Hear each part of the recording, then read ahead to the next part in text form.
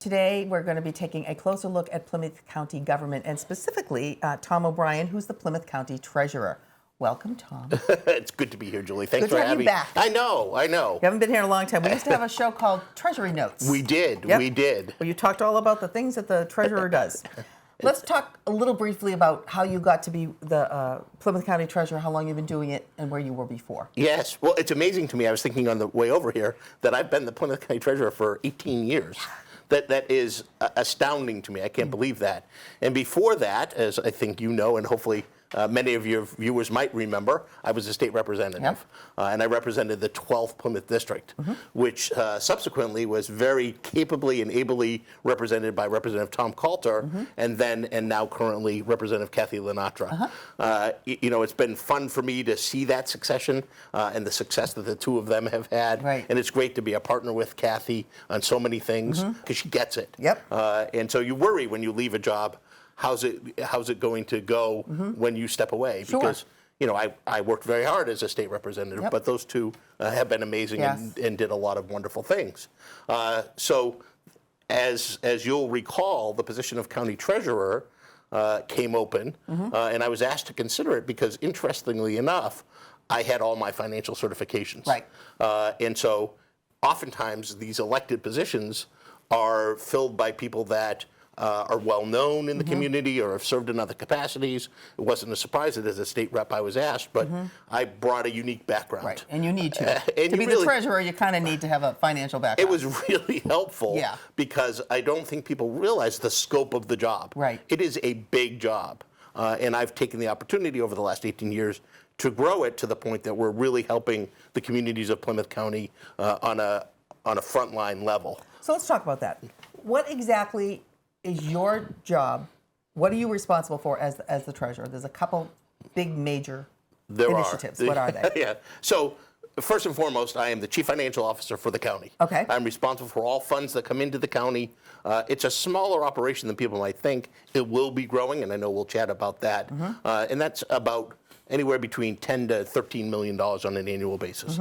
I am also the chairman and treasurer for the Plymouth County Retirement Association. Okay. That's a big group and organization. We serve about 8,000 active employees. These are municipal employees in the communities, and about 3,000 retirees. So just so people understand, people that work for municipalities do not pay into Social Security. They do not here in the Commonwealth of Massachusetts. In Massachusetts, they have other places that their money goes. For example, and that's what you're managing. And that is what I'm managing. You're managing their pension. Two interesting points to make, and I'd love to do a follow-up on this as well. One, people don't understand, here in Massachusetts, every municipal employee is actually paying for their own pension. And it's fascinating for me to see people say, well, you know, we can't keep giving people pensions.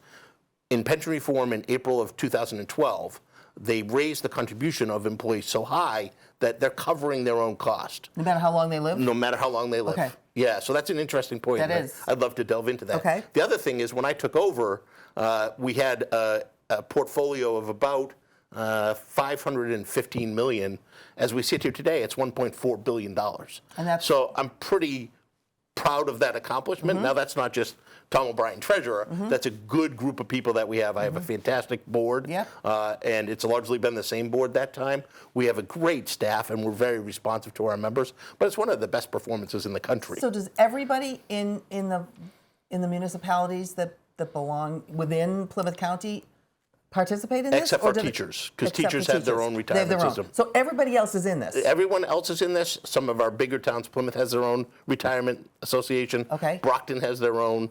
Hingham has their own, but everybody else is part of this. Okay, so Plymouth has their own version of this. They do, yes, yes. So that's one thing you do. Yeah. So we have the county, we have the Retirement Association.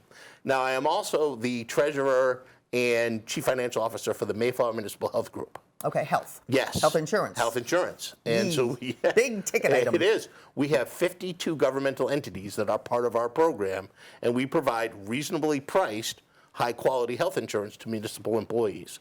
And that's about $110 million, $115 million on an annual basis. So when towns offer their employees health benefits, correct, your the provider of those health benefits, Okay. the Mayflower Municipal Health Group. And that's for everybody within the towns? Or the ones that opt to go with you? Every employee is eligible, and so Okay. it's those that decide to come Okay. and So get do you health negotiate insurance. with the towns how much they will have to pay, and then you negotiate with the carriers? So the towns participate, and every member is treated equally. Okay. So we negotiate with the providers, and we have Blue Cross Blue Shield, and we have Harvard Community Health Plan. So you have a big pool. We do. Okay. We have a huge pool, yes. Okay.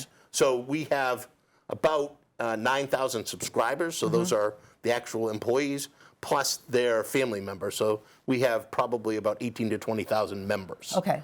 And is this just while they're working, or is this included after they It leave includes their... when they retire Okay, as so well. so it's medical insurance after they retire? Correct. Because they are not in Medicare or Medicaid? So when they hit 65, they're in Medicare, but as you know, you need supplements. Right. And so we provide the supplement plan. So And you're Part B. Indy. Yeah. In fact, we're cutting edge. We're doing some things that aren't being done in most parts of the country. I'd love to have a follow-up on that Okay. as well, because we're offering a Advantage plan that is probably the best in the country. Okay. And people say, well, why is that happening in Plymouth County? And the reason is because we've effectuated economies of scale and are building resources to be able to do that. Okay. Is the short answer. Okay. Okay. Now, the other thing that is different from the last time that I interviewed you here, it was before the pandemic. And we had CARES funds and we have ARPA funds. All came out of, because of the pandemic, I believe. Yes. Can you drill down to how did that get put into your lap and what have you done with it? So there's one other organization I just need to touch on Okay, briefly. sorry. The Plymouth County OPEB Trust. Okay. So that's another entity that I'm the treasurer for and the chief financial officer for. We created that here in Plymouth County on January 15, 2015. I tried to choose dates I can remember. Yeah. 1/15/15. Yeah. We expected by now we'd have maybe 5 or 10 members, and we'd probably have 10 or 15 million in assets under management. It's been so successful. We have 33 members, and we have $47 million in assets under management. And that's other post-employment benefits. Correct. What are they? So it's largely health insurance. Okay. So you've got pension on one side, Yeah. and you've got health insurance for Isn't that retirees. Mayflower, though? So Mayflower is the one that provides the health insurance, but who Okay. pays for it? Oh, got it. Okay. Right? Okay. You got to Yep. pay for Okay. it somehow. Okay. And so you pay for it through the OPEB Trust. Got it. Okay, so those are the four. Now you've hit on something else The that's new come down thing the that came up, yeah. And what was fascinating with that is that if you travel around the rest of the country, you know counties are fairly active. If you go to Maryland, you identify Montgomery County. If Right, you're in right. Pennsylvania, Bucks County. If Yep. you're in Florida, Yep. Broward County. Yep. Right? You know what county you're in. In New England, it's not the same way. Right. But the federal government, because the rest of the country is predominantly county-centric, Based, yeah, yeah. county-based, I Yeah, like that. yeah. The federal government, when they release funds, predominantly releases them to the county. Now, historically, here in Massachusetts, where the counties have not been that strong, the state has stepped in Sure. and taken most of those resources. Which makes sense It if there's does. no county that's doing the work. It does, Yep, yep. exactly. But in this instance, because the pandemic was a real front line, get it to the people that matter, Right. bill, the federal government said, no, in this instance, the county, if the county exists, is to get the money. Okay. Now, when CARES came, and CARES was first, the federal government said counties are eligible. In Massachusetts, there are only 6 active counties, and of those 6, only 3 were eligible based on their size Okay. and their skill set and their management capabilities, predominantly size. And so there was a big question as to whether we should take those resources and manage those resources Versus letting the state or do let the everybody. state. Yeah, And yeah. so, and this is a story for another day, but we had conversations with the governor, Governor Baker at the time. The state was very insistent that the counties not do this. The state believed they just had better resources Yeah. at their disposal. They'd done this before. Counties didn't have this expertise, but they didn't count on Plymouth County and the resources and certainly the expertise our commissioners brought to the table, our administrative team brought to the table, and our financial team brought Yep, to the table. okay. And so I was made the administrator for the CARES Act resources. It was $95 million For the that county, that yep. came to the county Yep. for our communities. And as we have finished that program, we can now say a couple of things. One, we did it better than almost anybody else in the country. In fact, we've received national awards of recognition for our administration of the CARES Act. I don't know if you read the articles that are, in USA Today and the Washington Post and New York Times and San Francisco Chronicle about towns and counties and states Most that people don't, to be honest. Well, if you're a nerd like I am, you read all those. Yep.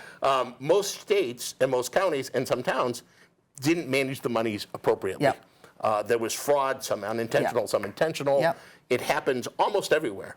In fact, I don't know if you recall, even the Commonwealth ended up returning some monies because they hadn't been spent or utilized. Appropriately, yep. Not even appropriately, just hadn't been spent. Used. Plymouth County spent every single penny. We didn't return a single penny to the U.S. Treasury. And after 2 years of review and investigation, some asked for by the Commonwealth, it was found out that we didn't make a single mistake. Not a one. Not a single penny went to someplace it wasn't supposed to go. We've produced over 450,000 pages of documents to different governmental entities. And so now it's like, we've been asked to travel around the country to talk about how we did this successfully. Okay, good for you. And let's lead to the next round of funding, which you mentioned, ARPA. ARPA, yep. The American Rescue Plan Act. Yep. That was $110 million to the county. Same thing. It was designed to be a pandemic relief piece of legislation, but also economic relief, because there are various components of that.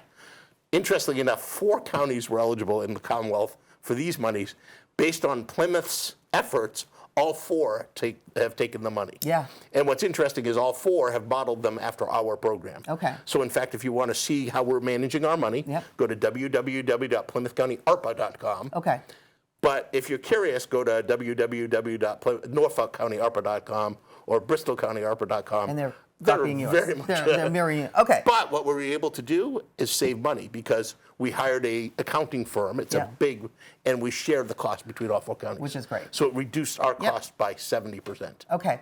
So the future of, there's a million things we could talk about. We could talk about the land that you own. We're going to do that in another episode. The future of county government, if I'm hearing you properly, is more this managing of federal funds. It is. And state funds. And it's doing regional projects because I just believe as towns and cities feel financial impact of the limited resources they have, they're not going to be able to provide services to their members, to their residents, to their citizens that they want to. But if they partner with neighboring towns, they can probably continue to provide some of those services. I mentioned earlier when you and I were chatting, we held a leadership council meeting with all the boards of selectmen in Plymouth County. And the ideas, Julie, that came out of that were fantastic. One of which we're pretty excited about is pond management. So towns have ponds, but the cost of a town to manage it.